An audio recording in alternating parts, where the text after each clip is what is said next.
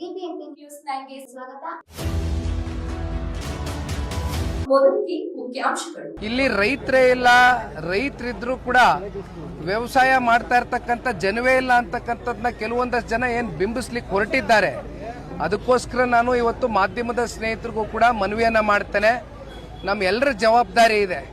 ಇಲ್ಲಿ ನಾನು ಪ್ರಾರಂಭದಲ್ಲಿ ಮಾತಾಡಬೇಕಾದ್ರೆ ನಾನಾಗ್ಲಿ ಮಂಜಣ್ಣ ಅವರಾಗ್ಲಿ ಒಂದು ಮಾತು ಹೇಳಿದ್ವಿ.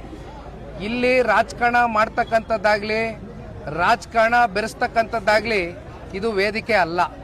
ಇದು ರೈತರ ಬದುಕಿನ ಪ್ರಶ್ನೆ. ರೈತರ ಬದುಕಿನ ಜೊತೆಯಲ್ಲಿ ಚೆಲ್ಲಾಟ ಆಡ್ತಾ ಇರ್ತಕ್ಕಂಥ ಈ ರಾಜ್ಯ ಸರ್ಕಾರ ಬಹುಶಃ ಈ ಒಂದು ಪ್ರಾಜೆಕ್ಟ್ನ ರೈತರಿಗೆ ಅನುಕೂಲ ಮಾಡಿಕೊಡ್ಬೇಕು ಅನ್ನೋದಕ್ಕಿಂತ ಹೆಚ್ಚಾಗಿ ರೈತರ ವಿನಾಶಕ್ಕೆ ಕಾರಣ ಆಗ್ತಾ ಇದೆ. ಇದು ಒಂದು ರೀತಿ ಪ್ರತಿಷ್ಠೆಗೆ ತಗೊಂಡಂತೆ ಕಾಣ್ತಾ ಇದೆ. ಇಲ್ಲಿ ಯಾರದೇ ಪ್ರತಿಷ್ಠೆಯ ಪ್ರಶ್ನೆ ಆಗಿರಬಾರ್ದು ಇದು. ಯಾಕೆಂದ್ರೆ ಇಲ್ಲಿ ರೈತರು ಅವರ ಪಿತ್ರಾರ್ಜಿತ ಆಸ್ತಿಯನ್ನ ಉಳಿಸ್ಕೊಳ್ತಕ್ಕಂಥದ್ದಕ್ಕೆ ಅವರು ಉಳುಮೆ ಮಾಡುವ ಮೂಲಕ ಇಲ್ಲಿ ತೆಂಗಿರ್ಬೋದು, ಮಾವಿರ್ಬೋದು, ರೇಷ್ಮೆ ಇರ್ಬೋದು, ತರಕಾರಿ ಇರ್ಬೋದು, ಹಣ್ಣಿರ್ಬೋದು, ಹೂ ಇರ್ಬೋದು. ಆಮೇಲೆ ಇದು ಯಾವುದು ಬಂಜರ್ ಭೂಮಿ ಅಲ್ಲ, ಇದು ಫಲವತ್ತಾದಂಥ ಒಂದು ಭೂಮಿ, ಫಲವತ್ತಾದಂಥ ಒಂದು ಜಮೀನುಗಳಲ್ಲಿ ಇವರು ವ್ಯವಸಾಯ ಮಾಡ್ಕೊಂಡಿದ್ದಾರೆ. ಆಮೇಲೆ ಇಲ್ಲೇನು ಎಲ್ಲರೂ ಏನು ದೊಡ್ಡ ರೈತರೇನಿಲ್ಲ. 10 ಗುಂಟೆ 15 ಗುಂಟೆ 20 ಗುಂಟೆ ಇಟ್ಕೊಂಡಿರ್ತಕ್ಕಂಥ ರೈತರು ಬಹುಸಂಖ್ಯಾತ ದೊಡ್ಡ ಮಟ್ಟದಲ್ಲಿ ಇದ್ದಾರೆ, ಸಣ್ಣ ರೈತರುಗಳು. ಜೊತೆಯಲ್ಲಿ ತಿಂಗಳಿಗೆ 6 ರಿಂದ 7 ಲಕ್ಷ ಲೀಟ್ರು ಹಾಲು ಕರೆದು ಡೈರಿಗೆ ಹಾಕಿ ಹಾಲನ್ನ ಜೀವನ ಮಾಡ್ತಾ ಇದ್ದಾರೆ. 2 ಹಸ ಸಾಕೊಂಡು ಜೀವನ ಮಾಡ್ತಾ ಇರ್ತಕ್ಕಂಥವ್ರು ಸಣ್ಣ ರೈತರು ಬಹಳ ಜನ ಇದ್ದಾರೆ.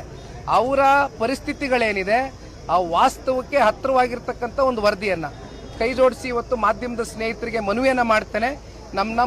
ನಿಮ್ಮ ಎಲ್ಲರ ಜವಾಬ್ದಾರಿ ಇದೆ. ಇದನ್ನು ಬಿತ್ತರಿಸ್ತಕ್ಕಂಥ ಪ್ರಾಮಾಣಿಕ ಕೆಲಸ ಮಾಡಿ ನನ್ನ ಜೊತೆಯಲ್ಲಿ ಬನ್ನಿ. 26 ಹಳ್ಳಿಗಳಿಗೂ ಕೂಡ ಇವತ್ತು ಕೆಂಚಗಾರನಹಳ್ಳಿ ಇರ್ಬೋದು, ಬೈರಮಂಗಲ ಇರ್ಬೋದು, ಅರಳಲ್ ಸಂದ್ರ ಇರ್ಬೋದು, ಹೊಸೂರು ಇರ್ಬೋದು, ಬನಗಿರಿ ಇರ್ಬೋದು, ಈ 5 ಕಡೆ ಕೂಡ ಇವತ್ತು ತೆರಳಿ ಭೇಟಿಯನ್ನ ಕೊಡ್ತಾ ಇದ್ದೇವೆ. ಒಂದಷ್ಟು ರೈತರ ಹೊಲ ಗದ್ದೆಗಳಿಗೂ ಹೋಗೋಣ. ಯಾರ್ಯಾರು ಏನೇನು ಬೆಳೀತಾ ಇದ್ದಾರೆ, ಏನೇನು ಬೆಳೆ ಹಾಕಿದ್ದಾರೆ ಅಂತಕ್ಕಂಥದ್ದನ್ನ ದಯಮಾಡಿ ತಾವು ಸೂಕ್ಷ್ಮವಾಗಿ ಗಮನಿಸಬೇಕು. ಡೈರಿ ಹತ್ರ ಹೋಗೋಣ. ಡೈರಿನಲ್ಲಿ ಎಷ್ಟು ಲೀಟರ್ ಹಾಲು ಪ್ರತಿದಿನ ಉತ್ಪಾದನೆಯಾಗಿ ಡೈರಿಗೆ ಹಾಕ್ತಾ ಇದ್ದಾರೆ ರೈತರು ಅಂತಕ್ಕಂಥದ್ದನ್ನ ಆಲಿಸೋಣ. ಇವೆಲ್ಲವೂ ದಯವಿಟ್ಟು ಒಂದು ರಿಯಾಲಿಟಿ ಚೆಕ್ ಒಂದು ರಿಪೋರ್ಟ್ ಮಾಡೋಣ ಇವತ್ತು.